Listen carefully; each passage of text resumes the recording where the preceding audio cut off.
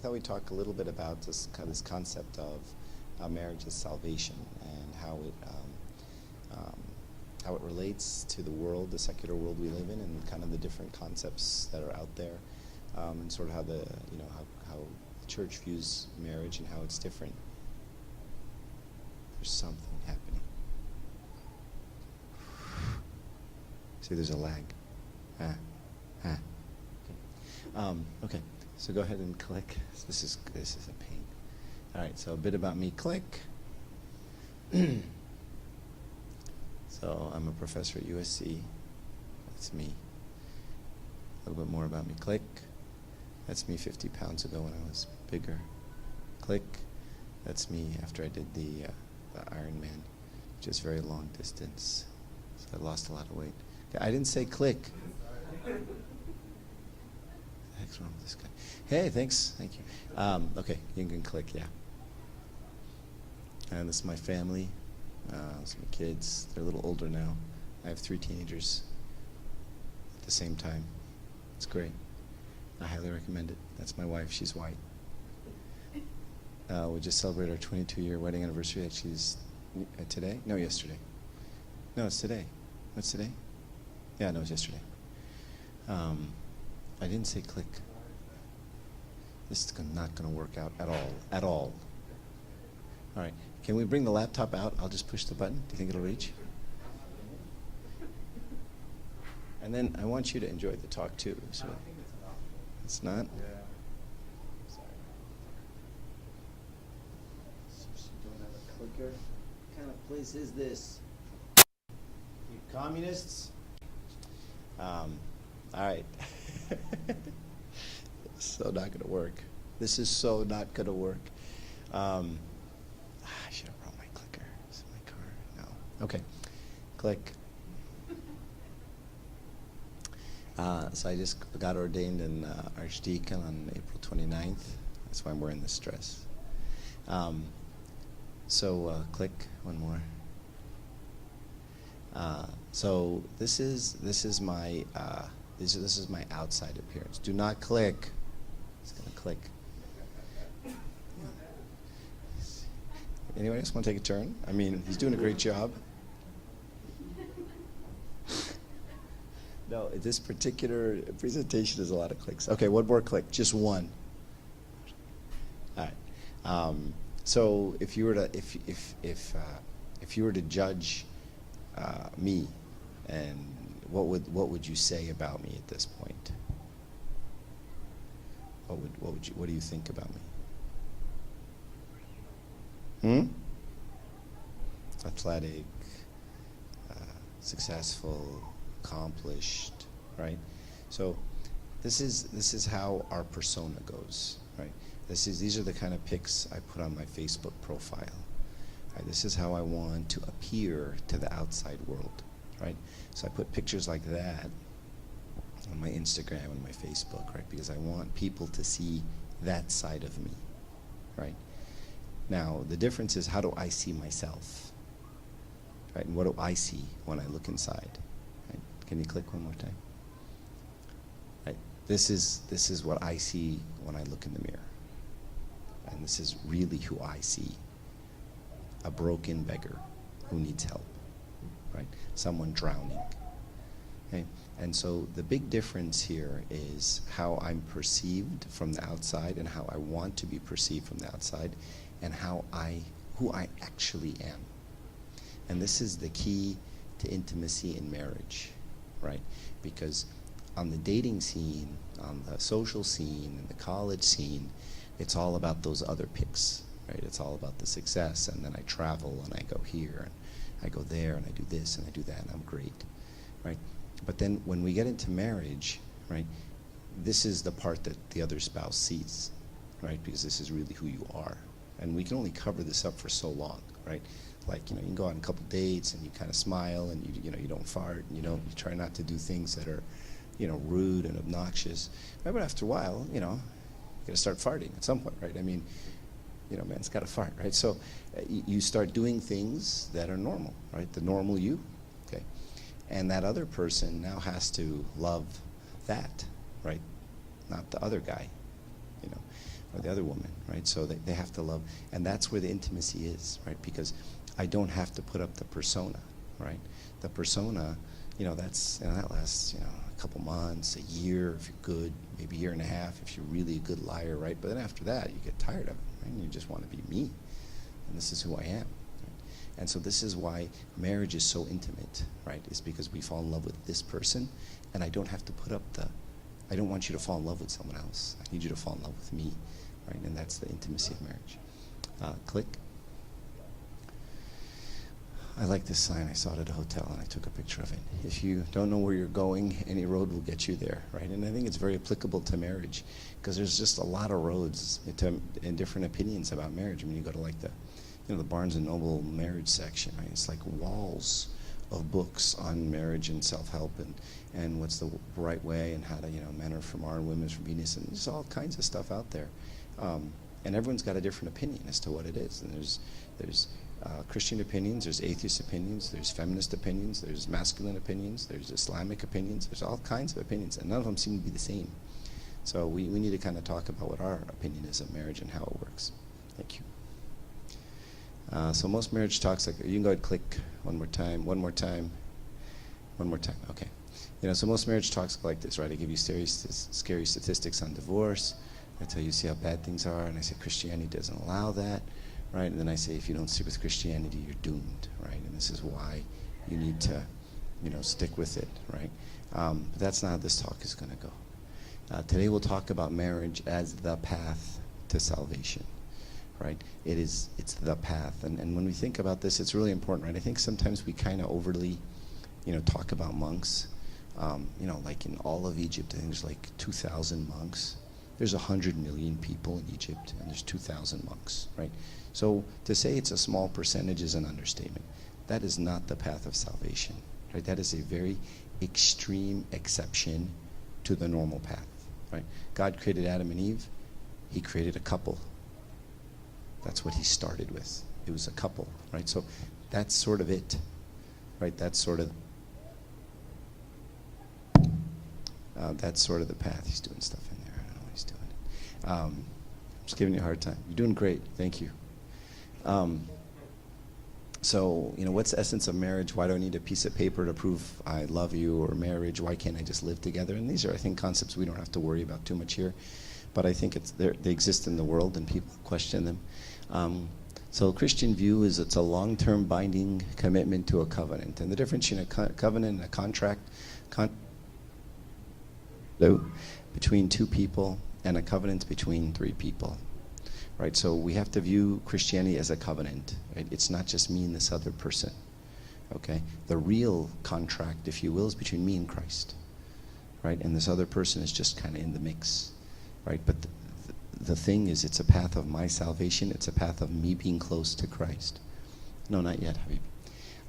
The Christian view, so it's not passion and feelings, because those come and go, right? So feelings come and go, right? I mean, you can be madly in love with someone, and you think they're great, and all this stuff, and then you just find out they suck, okay? That's just normal. Like, that's just, most people suck. Sorry, right? So you can't go by feelings, right? Because those will fade, and then what, right? I was talking with someone about this topic, and we were talking about someone who wanted to start dating someone who wasn't Christian, and he said, well, what is she gonna do when she doesn't love you anymore? Or let me rephrase that. Why is she gonna be faithful to you? And this person said, because she loves me. And he said, well, what's gonna happen when she doesn't love you? What do you mean? Well, there's going to be times when she hates your guts, right? There's going to be times when you're fighting, when you can't stand to look at each other, when you're throwing shoes across the apartment, right? There's going to be those times, right? Then what? Now what's going to happen at that point? Right? So I love scaring kids because you wear black and they get all.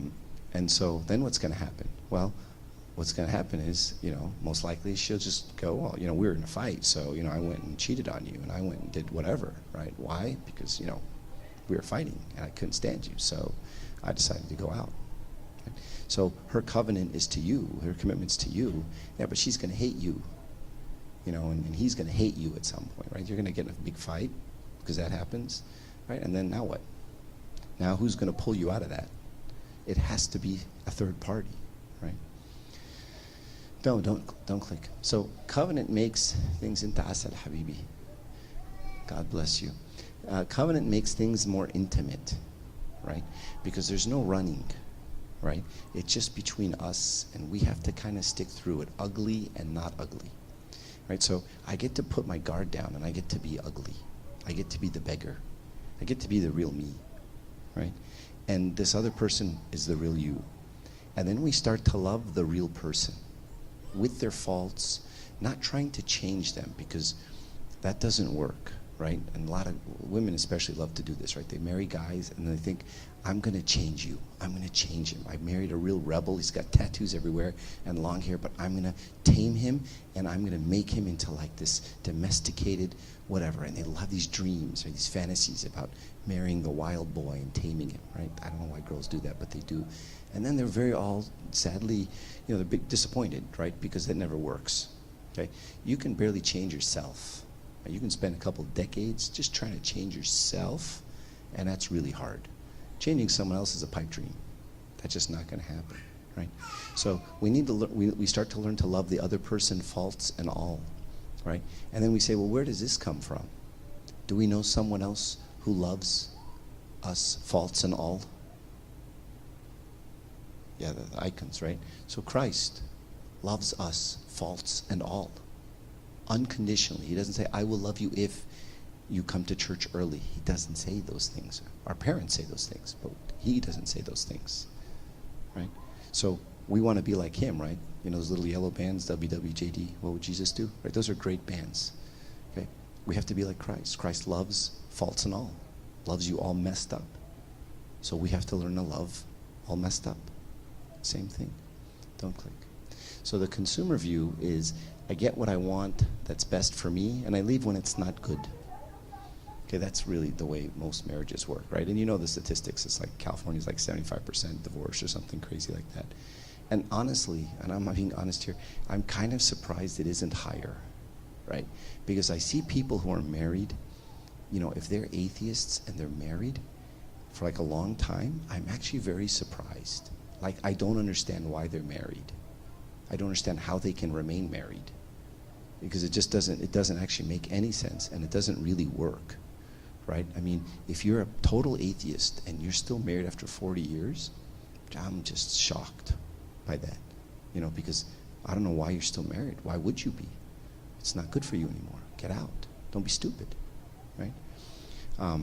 So the consumer view of marriage is the more predominant view, which is, women will say things like, well, he makes me really happy. He makes me feel good about myself. He makes me feel like this. And then the guy says, she's great because she does this for me, and she does this for me, and he does this for me, and everyone's talking about how it works for me.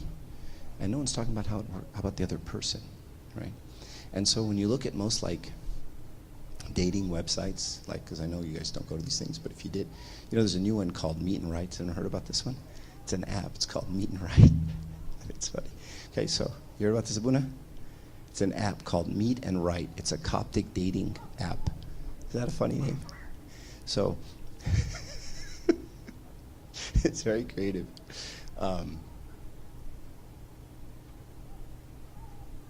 Sorry, that thing's been driving me crazy. So most apps, right, if you go to like Match.com, none of us do, but if we did, you go to Match.com or something, what do these things normally do? How do these dating websites work?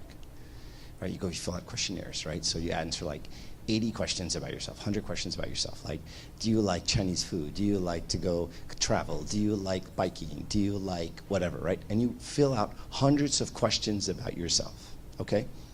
Right? And then someone else fills out their 100 questions about themselves, okay? And then they have this, secret algorithm that matches you, okay? And it basically tries to find a really big match, right? A nice match of similar interests and similar likes and dislikes and stuff like that, right? So that's how a dating website works.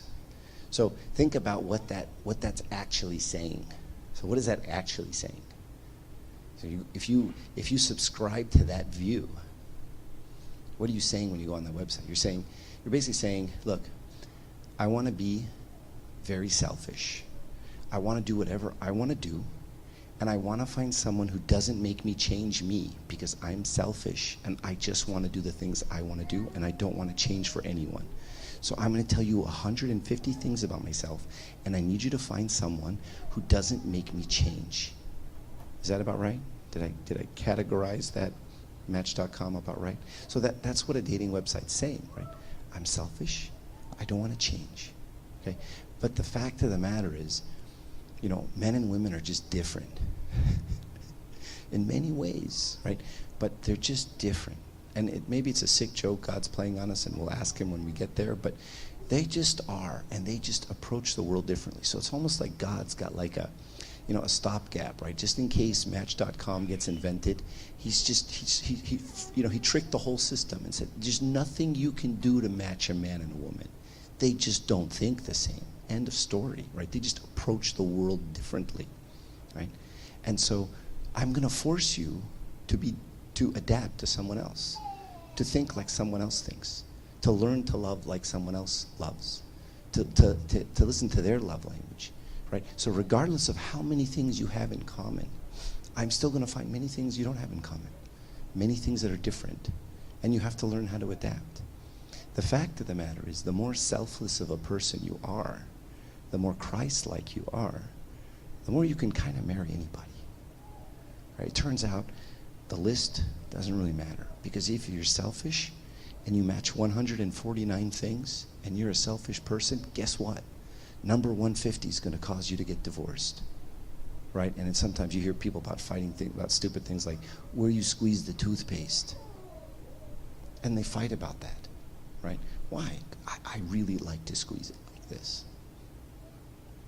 So you're going to find something to fight about. It's not hard, right? That's guaranteed, right? It's just a matter of what. And the only question is, are you willing to be selfless and work through it?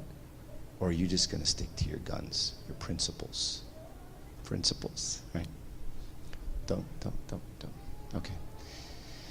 So dating is this consumer relationship. So we're still marketing, we're still selling our best, right? We dress up, I take a shower before I go out, I put on deodorant, right? And I brush my teeth, I chew gum, right? So, I go out and I'm presenting the best of me, right? And that's what a date is. It's presenting the best of you, and on my Instagram posts I'm fun and I'm not drama and I'm not crazy, and and I'm loving people and I'm so positive and my outlook is so great, right? And all this crap, right? And then that's just the marketing part of it, right? And then after the marketing part's done, then comes the reality, right? Of the hard work of marriage, right? And now in marriage, I'm secure to be myself, right? I'm allowed to be it's very intimate now, because I can be myself. I don't have to be the marketing Mark anymore. I can be Mark, right?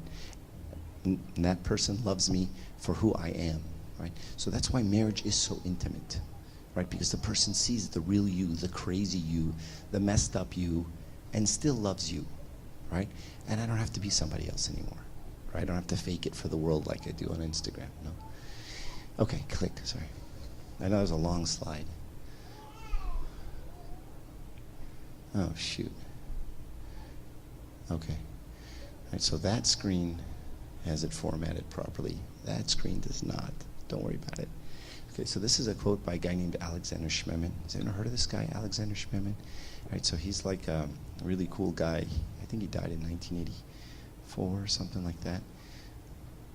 He was the dean of St. Vladimir's. He's like a liturgical theologian. His books are amazing. I'm sure they're up in the bookstore or in the library here. But he has this quote. I got this quote, I don't know, it was on Facebook or something. I just read it and I was just blown away by it. And it was sort of, it precipitated creating this entire talk, which is this one quote. So this is kind of the quote I want to focus on. So let's click one more time. All right, so I'll just highlight certain parts and then we'll move. A marriage which does not constantly crucify its own selfishness and self-sufficiency, which does not die to itself that it may point beyond itself, is not a Christian marriage. Right? That's big stuff, right? But it's stuff we've heard, okay? But listen to what the point of the marriage is. which does not constantly crucify its own selfishness and self-sufficiency. There's two things, selfishness and self-sufficiency, right? Where I want to be independent of the other person. You're not even allowed to be independent of the other person, right? Where I'll insulate myself from him or her, right? I'll just do my thing. I'll have my room. I'll have my activities, right? I'll insulate myself from the other person. That also is not there. And then there's a word he says, constantly crucify its own selfishness. So how often do you think you have to do that in a marriage? Yeah, like 5 million times. Several hundred in any given day. Some days are worse than others, right? And then, luckily for us, God creates new situations, mostly children, right, that create new situations. So even when you think you got the thing dialed in as a couple, right, and you're like, hey, we're finally stopped fighting all the time, work together as a group, then the kids come and just screw up everything, right? And it creates new opportunities for you to fight and crucify your own. Help the weak when you are strong. Confess the faults when you are wrong, because one day in life you will be old, weak, and wrong. Right? That's Mother Teresa. I love this quote. Okay. And so we kind of have to kind of see this in ourselves and crucify this. Go ahead. Thank you. Okay, one more. All right. So now comes the next part of the quote this is the mind-boggling part of the quote that I just love. He says, the real sin of marriage today is not adultery or lack of adjustment or mental cruelty. This is the key part. It is the idolization of the family itself. The refusal to understand marriage as directed toward the kingdom of God. This is expressed in the sentiment that one would do anything for his family, even steal. The family here has ceased to be for the glory of God. It has ceased to be sacramental entrance into his presence. It is not the lack of respect for the family. It is the idolization of the family that breaks the modern family so easily, making divorce its almost natural shadow. This to me was mind-boggling, right? So he's not saying we respect marriage too little. He says we respect marriage too much. And you're just like, what does that mean? Right? And it's encompassed in the thing when sometimes you hear a man say, I'll do anything for my family. I would steal for my family. So when a man says that, or a mom says, I would do anything to protect my children, no matter what, even if it means hurting that other kid over there. Right? So what does that mean when a man says, I will steal for my family? He's created an order. He's created a pecking order, right? He said, family first, God second.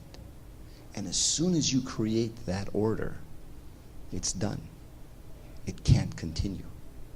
Right? So he's saying we idolize the family. We have these visions of family, right? Like people say, why you get married? So I can be happy. No one's happy in marriage. That's just a stupid thing to think. I mean, I'm sorry, but like, you hear these, so you can make me happy. What's gonna last a week, month, year, if you're lucky, right? Then what? That's not the point.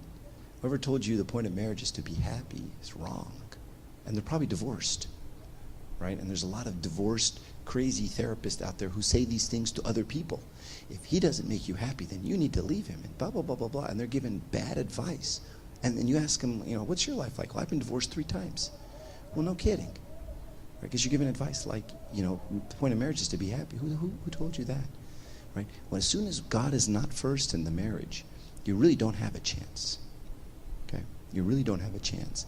So putting the partner above God, putting the children above God, putting the family itself above God is the problem. Even putting the partner, right? Which means that when I want to do something for you, then I don't do it for you. I do it for God. It has to be that way every single time, even when it's good and even when it's bad. Even when you're in a good place or a bad place with your partner, you still do it for God. Because if you ever do it for them, you're like, he was so great to me last week. I'm going to do something special for him now. Wrong answer. because now he's the motive, right? So what happens when he's a jerk the following week, which he will be, by the way? Then what? Well, I'm not cooking for him then. Here we go. Now what's he going to do? Well, if she's going to act like that, then I'm going to do this. Oh, goody. Now what's next? Well, if he's going to be a real jerk, then I'll show him. And now what's what? Yeah, and here we go, right? Next thing you know, they're with Abuna. Okay? So as soon as the person becomes the thing and not God, it's a problem, right? So he's saying we idolize the person, the marriage, the family, the dream, the image, the whatever, right? More than God. And yeah, in the beginning it's emotional. I love him, she loves me, and blah, blah, blah, blah, and yeah. Right, but after a while that has to settle down into a deep spiritual life. Okay, can you click for me? Thank you.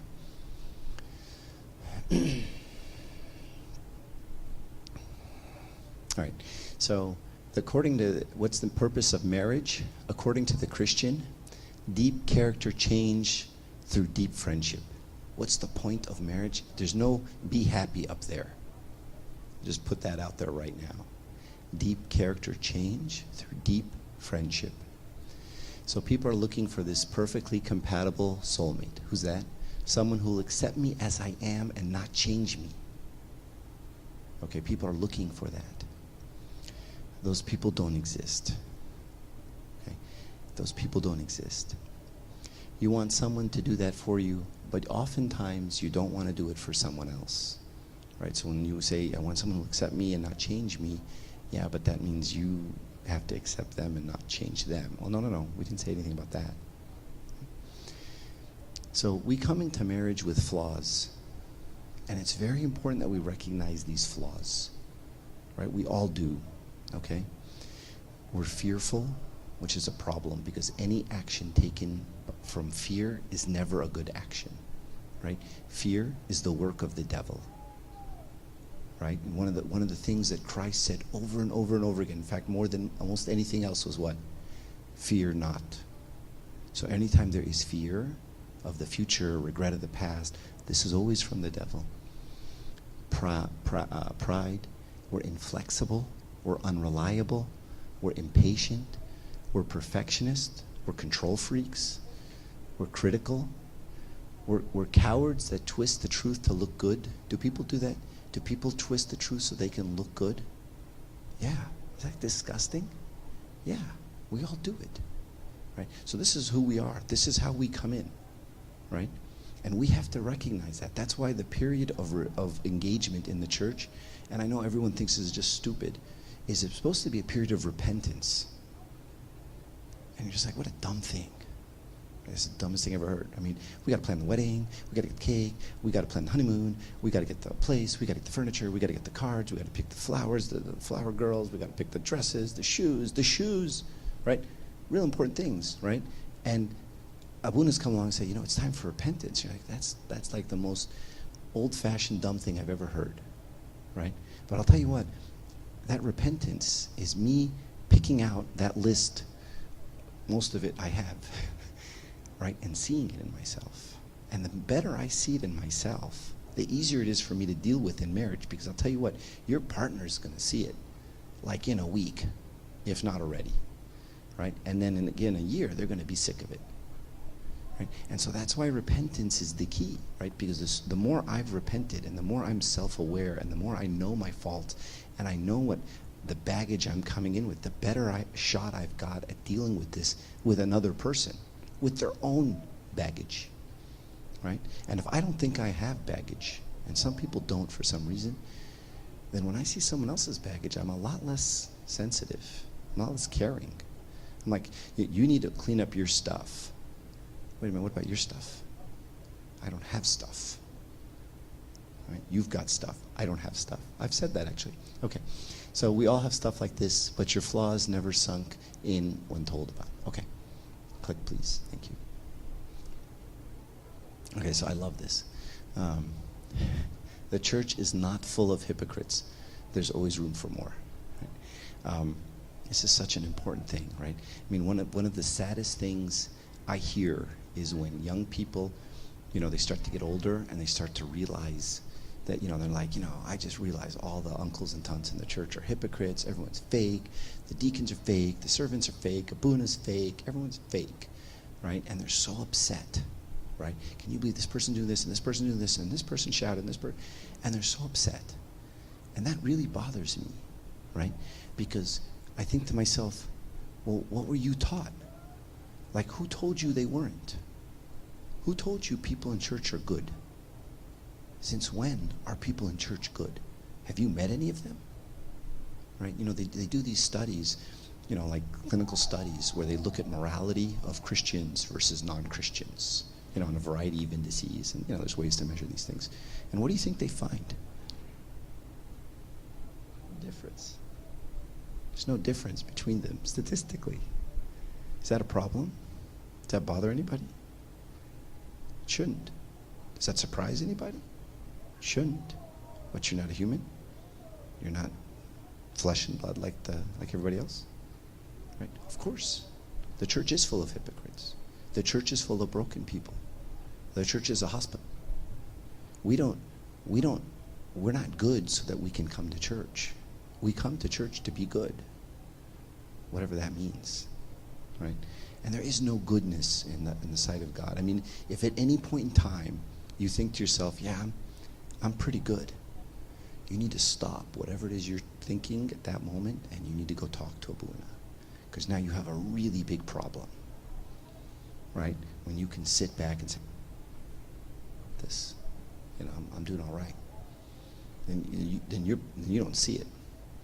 Right? If you don't see yourself as that beggar or of the church, then we have a problem. Right? So this is our state. Right? The church is full of broken people. It's a hospital. Right? No one comes to a hospital and then lies about their condition. Right? You can see how stupid this is, right? To go to a doctor and then you've got pains and then he says, well, what? I'm fine. Really, it's okay. Yeah, but answer. Yeah, just don't check me out. Right? And we come to church and we go out of our ways to hide our flaws.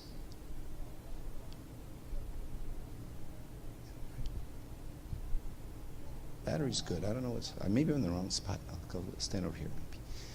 Okay, let's click. All right, so this is the relationship between Christ and the church. So let's no, don't click. So I want you guys, this is the class participation part of the class. Right? So I want you to tell me what Christ does for us. Right? He loves us. Continue. He forgives us. Guides us.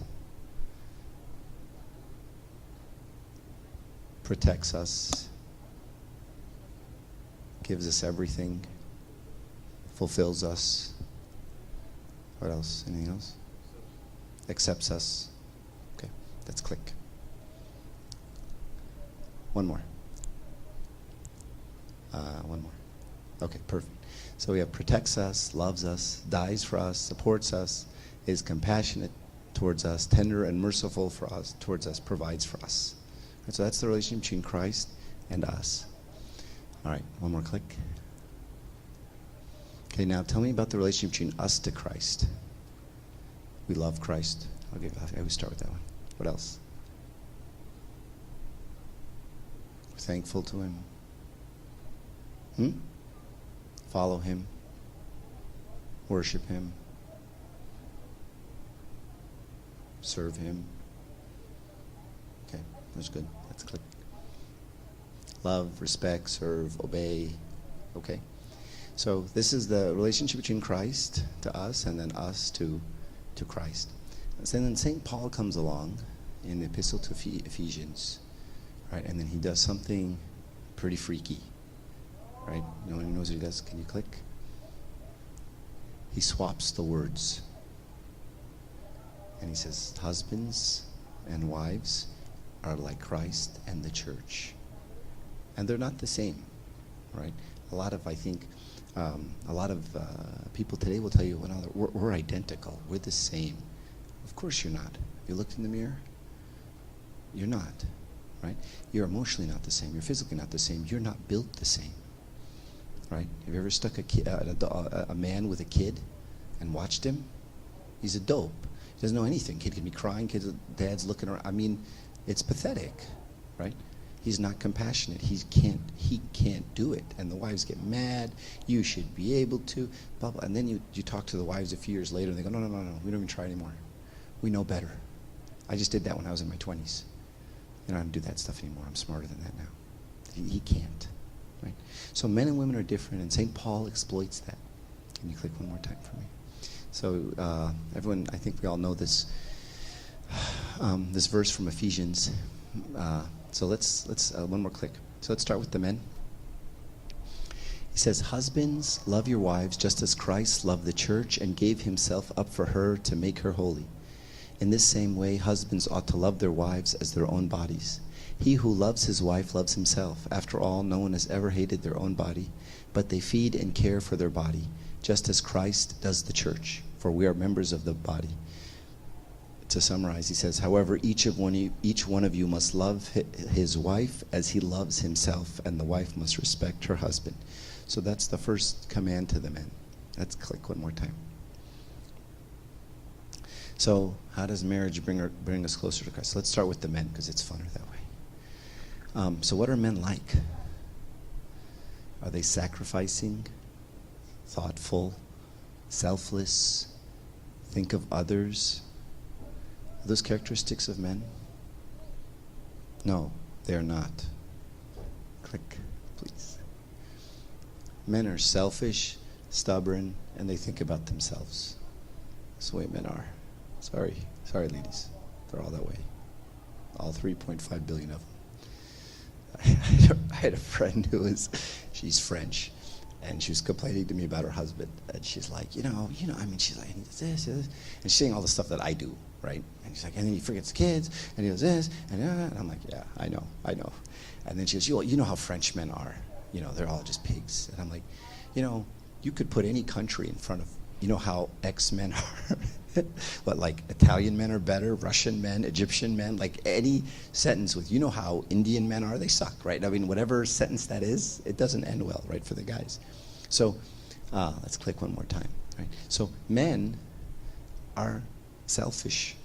That's the way we are.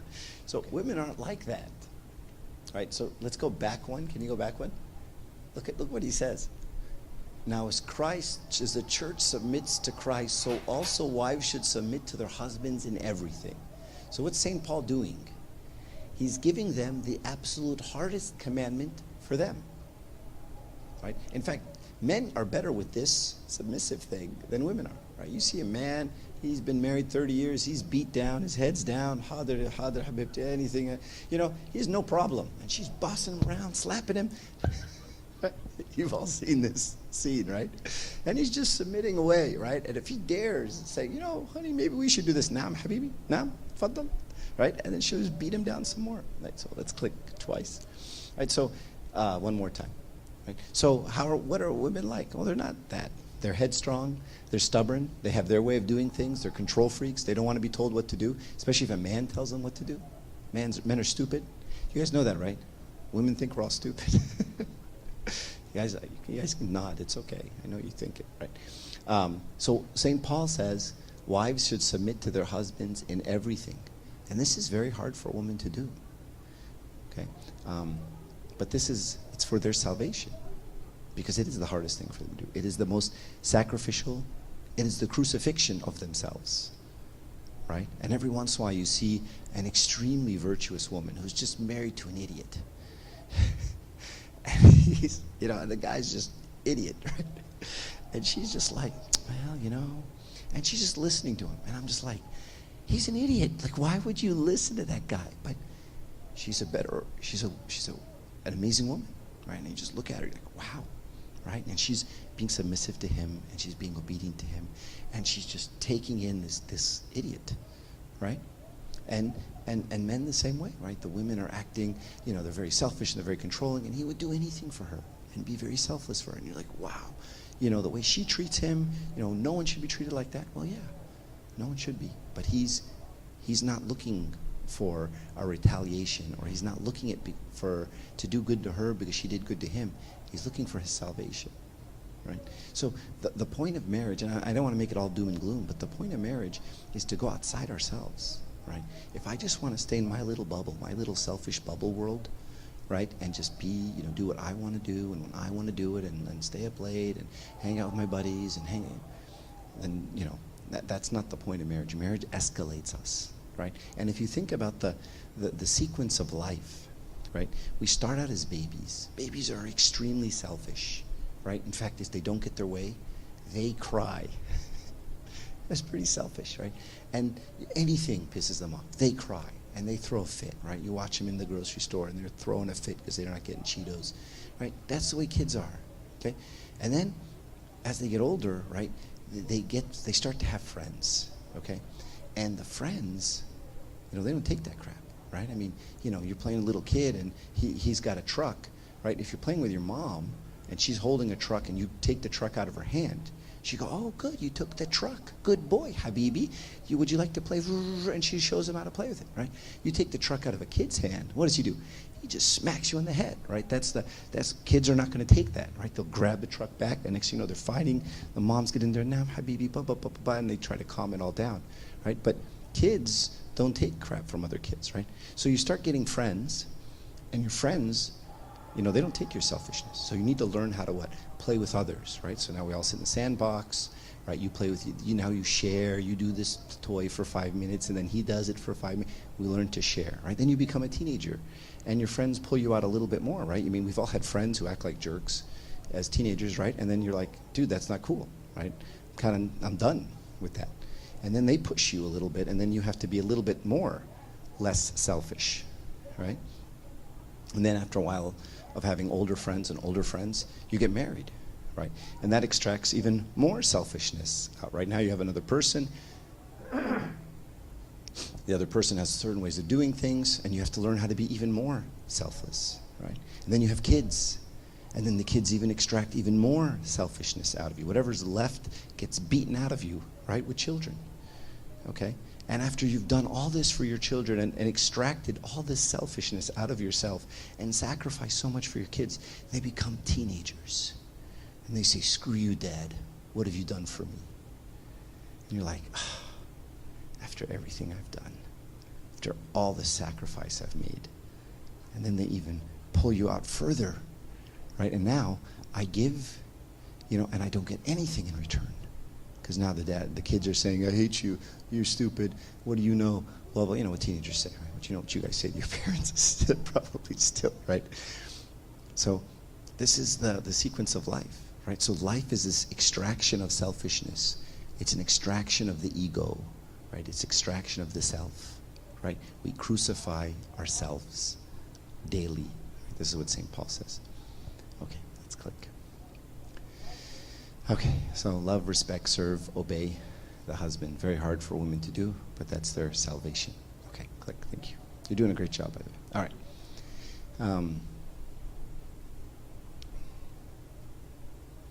Does anybody have any questions or anything? I mean, before I continue any further.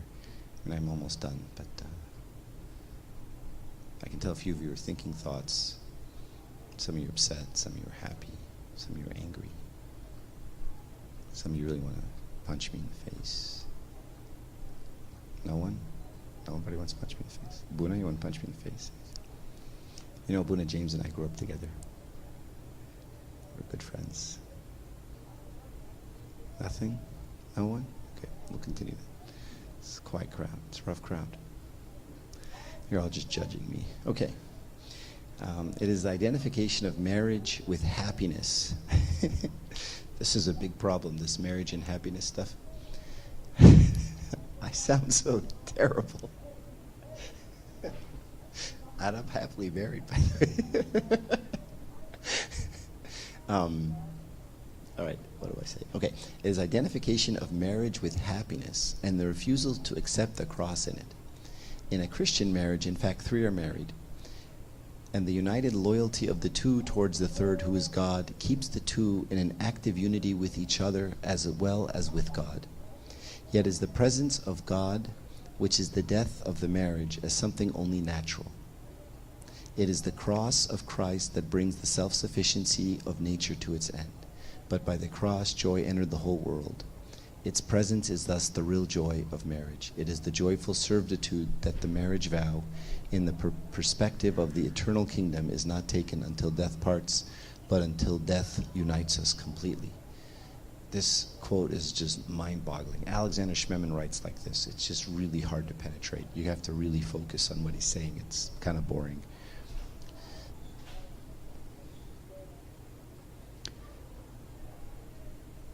Okay, I'll just go to the very part. It is the cross of Christ that brings the self... Okay, but by the cross, joy entered the whole world.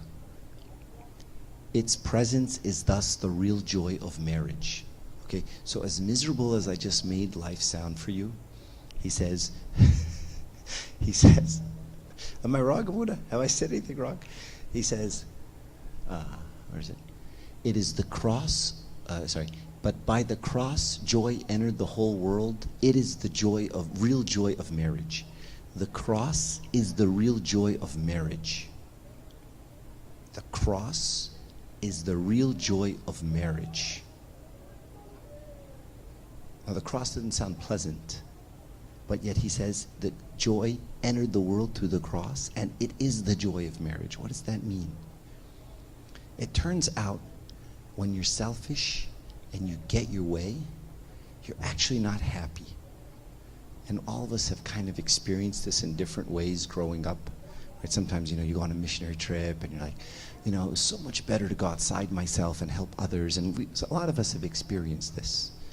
Right? We know that just kind of being a glutton and just serving myself and getting what I want, even if I manipulate, every once in a while I even talk to a woman who says, I manipulated my husband and I got him to buy me some pearls that I've been wanting. Okay, are you happy you got the pearls? No. I feel kind of gross. I feel like I manipulated him and I got something out of him that he didn't want to give me and he can't afford. But I got him to do it. How do you feel? You happy? What would make her happier, and although she may not know it, is actually serving him in love. Because nothing gives you pleasure, and some of you have experienced this, as serving someone who can't give you anything in return. Right? This is why Christ says, the poor are my brothers. You serve them, you serve me. Right? When I serve another person in pure love, especially when they're a jerk, God gives a grace undescribable. That's the joy. Right? It's when I make my spouse happy despite themselves. Right? When I shower them with love. And this is what God does for us. Right? This is the reaction.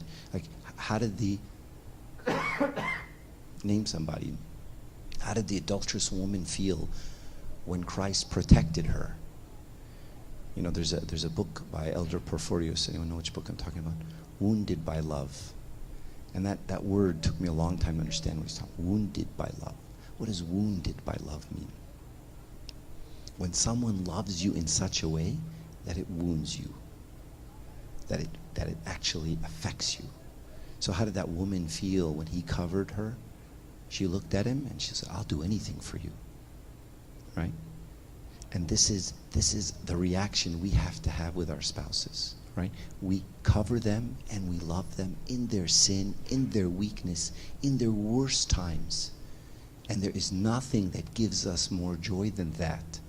Although it's opposite of the worldly wisdom. The worldly wisdom says take, consume, get what you can out of people, right? This is what the worldly wisdom teaches us. But as Christians, we know better, right? As Christians, we know the cross is what brings us joy, real joy, not crap joy, not worldly joy, not selfish joy. So this is what he's saying here. The cross, but by the cross, joy entered the whole world. Its presence is thus the real joy of marriage. It is the joyful servitude that the marriage vows in the perspective of the eternal kingdom, now this part is just mind-boggling, is not taken until death parts, but until death unites us completely. That's like, I just had goosebumps, right? It's not, the white person vow is until death do us part, right? That's the, what we see on TV. We don't hear it in our church, but he says, not until death parts us, but until death unites us completely. Death, what death? What's he talking about? Death to what? To the self, right? It's when I start crucifying myself and dying to myself, right? And ending my own selfishness, then I'm completely united to my partner. Why am I completely united to my partner? Who am I uniting to? I'm uniting to God. And my partner is united to God, right? So if we imagine like these circles, right, and all these, God's in the middle and all these people are all over the place, right? And if all of us just look to the middle and just start walking to the middle without thinking, we all walk next, we all get closer to one another, right? And this is what the Christian body is. A bunch of people looking at Christ and walking towards him. And without even noticing, next thing you know, you have a lot of people that you have a lot in common with. And you look around and it's a tight group, right? And my partner and I are the exact same way, right? You know, often they talk about marriage as like a triangle, right? You know, husband, wife, and then God up here, right? And as both husband and wife walk towards Christ without looking at each other,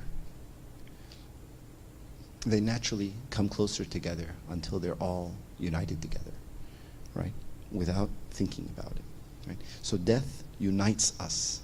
The death to selfishness, the death to the ego, the cross that crucifies the passions of the body, right? And then we just become love. And love just gives. Love doesn't, you know, love doesn't take, right? I remember Abu Tunis Hanin used to always use this analogy. He'd say, you know, we use love completely wrong. Like we'll say something stupid like, I love chicken, right? Which, of course, is a very stupid thing to say. Remember when he used to say this?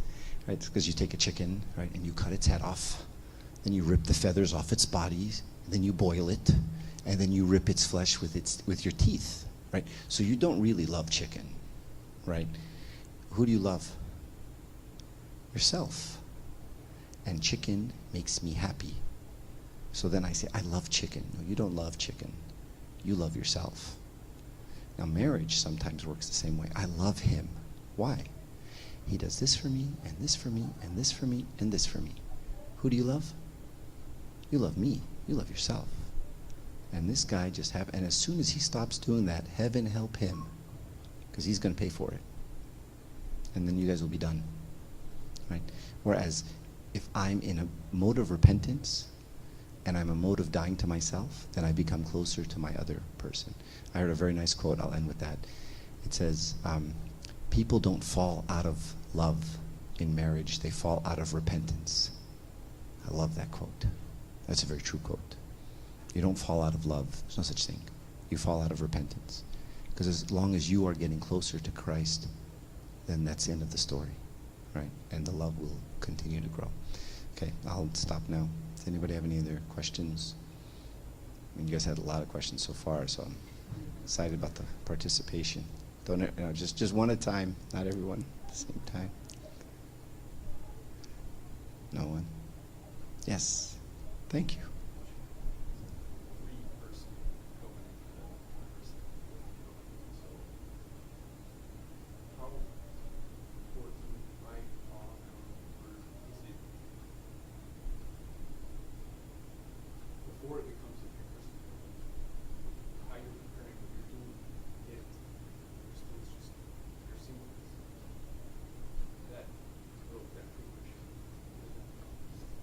So I mean, the progression I mean, so if you think about even just the progression of, like I said, like a baby to friends who are teenage friends, the progression is a movement away from selfishness, right?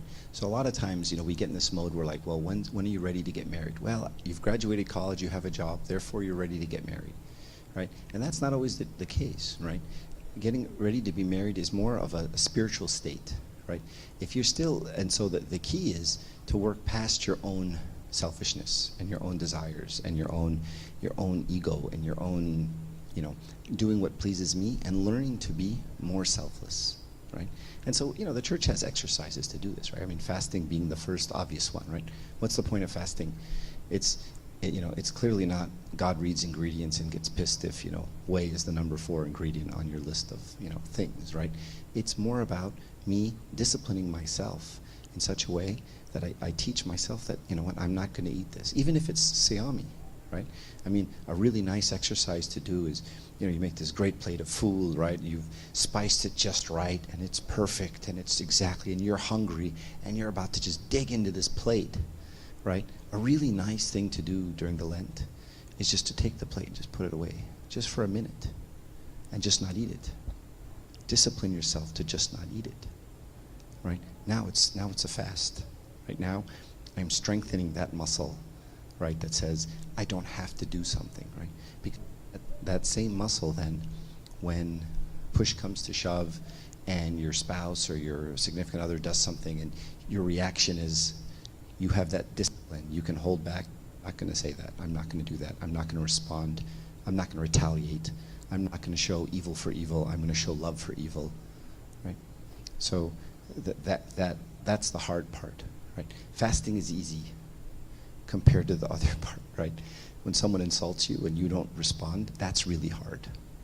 Fasting's a piece of cake, right?